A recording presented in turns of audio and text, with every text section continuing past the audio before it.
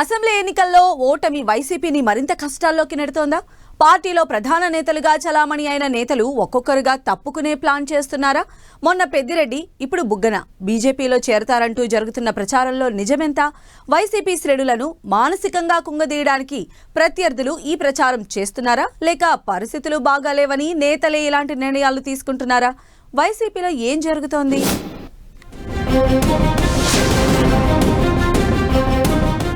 Assembly ఎన్నికల్లో ఓటమి తరువాత వైసీపీలో పరిస్థితులు గందరగోళంగా మారుతున్నాయి. ఎన్నికలకు ముందు మార్పు చేర్పుల్లో భాగంగా పలువురు నేతలు పార్టీలు మారగా, ప్రస్తుతం ఓటమితో పార్టీ బలహీనపడిపోయిందని మరికొందరు తట్టాబుట్టా సర్దేయాలని చూస్తున్నారని ప్రచారం జరుగుతోంది. ఇందులో సీనియర్ నేతలు మాజీ సీఎం జగన్ కు అత్యంత సన్నిహితుల పేర్లు ఉండటం పొలిటికల్ సర్కిల్స్ లో విస్తృత చర్చకు దారితీస్తోంది. ముఖ్యంగా వైసీపీలో కీలక నేతలుగా, గత ప్రభుత్వంలో ముఖ్యమైన శాఖలకు మంత్రులుగా పనిచేసిన నేతలు పార్టీ మారనున్నారనే ప్రచారం హీట్ పుట్టిస్తోంది. ఫలితాలు వెల్లడైన వెంటనే పుంగనూరు ఎమ్మెల్యే మాజీ మంత్రి పెద్దిరెడ్డి రామచంద్రారెడ్డి వైసీపీని వీడనున్నారని, ఆయన బీజేపీలో చేరతారనే ప్రచారం జరిగింది. అయితే రాజంపేట ఎంపీ పెద్దిరెడ్డి తనయుడు మిథున్ రెడ్డి ఈ ప్రచారాన్ని ఖండించి ఊహాగానాలకు ఫుల్ స్టాప్ పెట్టారు. అయితే ఇప్పుడు ఆర్థిక శాఖ మాజీ మంత్రి బుగ్గన రాజేంద్రనాథ్ రెడ్డి బీజేపీలో చేరతారని కొత్తగా ప్రచారం జరుగుతోంది. దీంతో రాయలసీమ వైసీపీ శ్రేణుల్లో కలకలం చెలరేగుతోంది.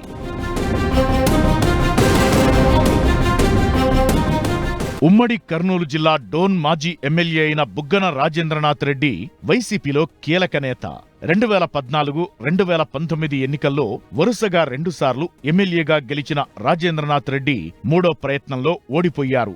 బుగ్గనపై కేంద్ర మాజీ మంత్రి కోట్ల జయసూర్య ప్రకాష్ రెడ్డి విజయం సాధించారు.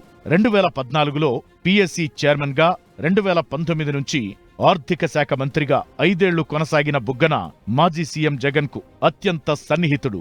గత ప్రభుత్వంలో తరచూ ఢిల్లీ పర్యటనకు వెళ్లి అప్పులు, ఇతర మార్గాల ద్వారా రాష్ట్రానికి నిధులు సమీకరించడంలో బుగ్గన కీలకంగా వ్యవహరించారు. అయితే కొత్త ప్రభుత్వం అధికారంలోకొచ్చాక అప్పుల రూపంలో నిబంధనలకు విరుద్ధంగా నిధుల సమీకరణ జరిగిందని, ఆర్థిక శాఖలో చాలా అవకతవకలు జరిగాయని ఆరోపిస్తోంది.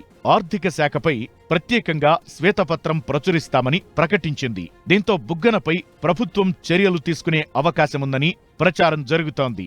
ఈ పరిస్థితుల్లో కేసుల నుంచి రక్షణకు బుగ్గన బీజేపీలో చేరే అవకాశం ఉందని ఊహాగానాలు వినిపిస్తున్నాయి. ఇక ఓటమి తరువాత బుగ్గన వైసీపీ అధినేత జగన్ కు దూరంగా ఉంటున్నారని చెబుతున్నారు. మాజీ ఎమ్మెల్యేలు, ఎమ్మెల్యే అభ్యర్థులతో జగన్ నిర్వహించిన సమీక్షా సమావేశానికి బుగ్గన హాజరు కాలేదని చెబుతున్నారు. దీంతో ఆయన పార్టీ మార్పుపై వస్తున్న ఊహాగానాలకు మరింత బలం చేకూరుతోందని అంటున్నారు.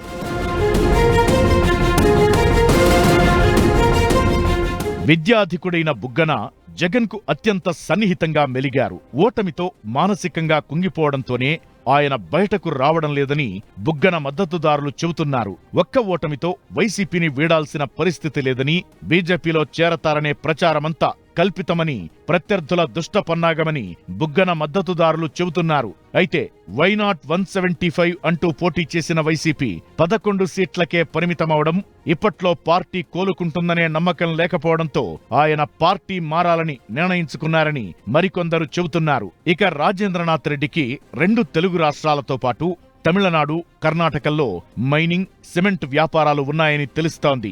భవిష్యత్తులో కూటమి ప్రభుత్వం తనను ఇబ్బంది పెట్టకుండా ఉండాలంటే బీజేపీలో చేరడమే ఉత్తమమని బుగ్గన రాజేంద్రనాథ్ రెడ్డి భావిస్తున్నట్లు మరో ప్రచారం జరుగుతోంది.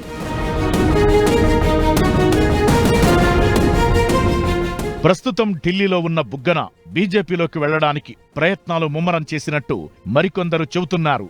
అయితే తాను పార్టీ మారుతున్నట్టు వస్తున్న ప్రచారాన్ని బుగ్గన ఖండిస్తున్నారు. తనపై ఫేక్ ప్రచారం చేస్తున్నారని, తాను పార్టీ మారడం లేదని చెబుతున్నారు. తాను వైసీపీలోనే ఉంటానని బుగ్గన ఎంతలా నెత్తినోరు బాదుకుని చెబుతున్నా ఆయన బీజేపీలోకి వెళతారనే ప్రచారం మాత్రం ఆగడం లేదు.